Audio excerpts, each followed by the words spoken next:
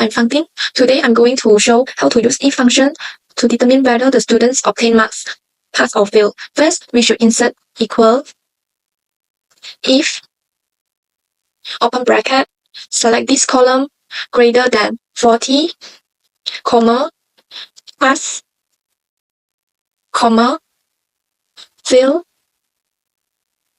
close bracket. Now enter.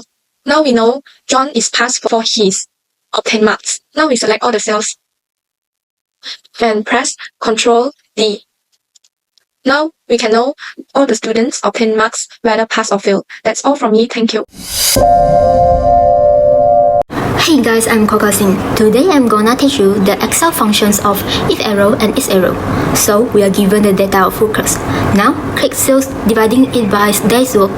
We will get the sales efficiency. Then, for average efficiency, we just type average and click the area we want to calculate, which is the sales efficiency column. Now, we will see some errors there. You can just apply the IFERROR function, which helps us to identify all the error Excel functions. So, just type IFERROR in front of the data you want to test whether it has any error. Then, for value IFERROR part, you can customize any works we want. So, I will just type check errors above. For the sales efficiency part, we also repeat the same step to check if there is any errors. So type IFERROR in front of the value, and value IFERROR I will just type hasn't started yet. Then apply it for the sales efficiency column.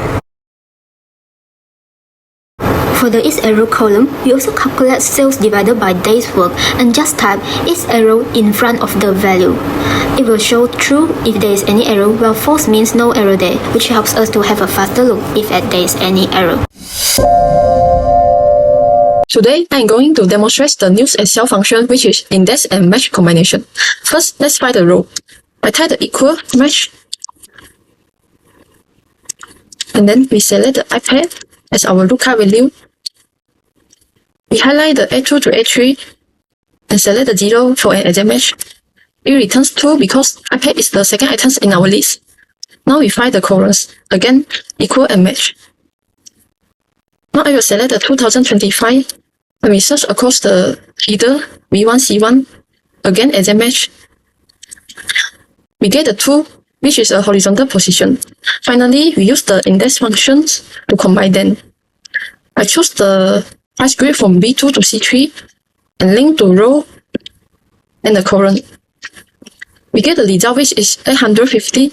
So it shows that this is a reliable system to retrieve the data. That's all from me. Thank you. So hi guys, today we are going to look at a new Excel function which is called XLOOKUP. So today's question is, what is the price of chocolate cookie? First, we need to go to the insert function to look for XLOOKUP. So the lookup value will be chocolate cookie, and the lookup array will be the whole column A, which is cookie type, and the return array will be the whole column B, which is price. So the price will automatically come out and next, if we want to change chocolate cookie into butter cookie, then after you press enter, the price will also automatically come out, which is 8 ringgit here. So that's all from me. Thank you. Hi, I'm Zoe. Now I will show you how to use the Excel filter function to pull specific data instantly. Here are the list of students and their scores. Now we want to get the data with 2 conditions. First is Ali, and the second is the score above 80 together. So we type equal filter, and then we select the entire data range, and then comma, open the bracket, select the name range, type equal, select Ali, close the bracket, and then times, open the bracket, select the score range, and then type greater than 80, close the bracket, and the bracket again, press enter. And that's how we filter with 2 conditions. Thank you. Hi everyone, my name is Deika. Today I'm going to show you 2 really useful Excel functions, WRAPROWS and WRAPCOLS. These functions help quickly retrieve data for better reliability. Here we have a list of customer names arranged in a single row. It's hard to read, so we want to group them, for example, 3 names per row. First, let's use the WRAPROWS to arrange the name into multiple rows. Click on the blank cell that equal WRAPROWS. Select a range or name, type comma, and enter the number per row you want. In this case, 3. Close the bracket and press enter. Now, the Excel needed arrange the name into row, 3 names per row. Now, let's try the WRAPCOLS.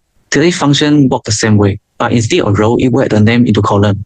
Click on the blank cell that equal WRAPCOLS, and select a same range or name, type comma, and type 3. To write the every 3 name into column, close the bracket and press enter. Now the names will downward in a single column, group by 3. To summarize, word row, group item into row, word columns, group item into column.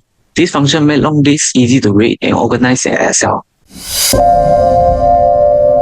Hi everyone, so today I would like to share about the function of unique and COUNTIF. So first you equal and type the unique, then you select all the produce, then enter. So after that, if you want to know the count, you equal COUNTIF,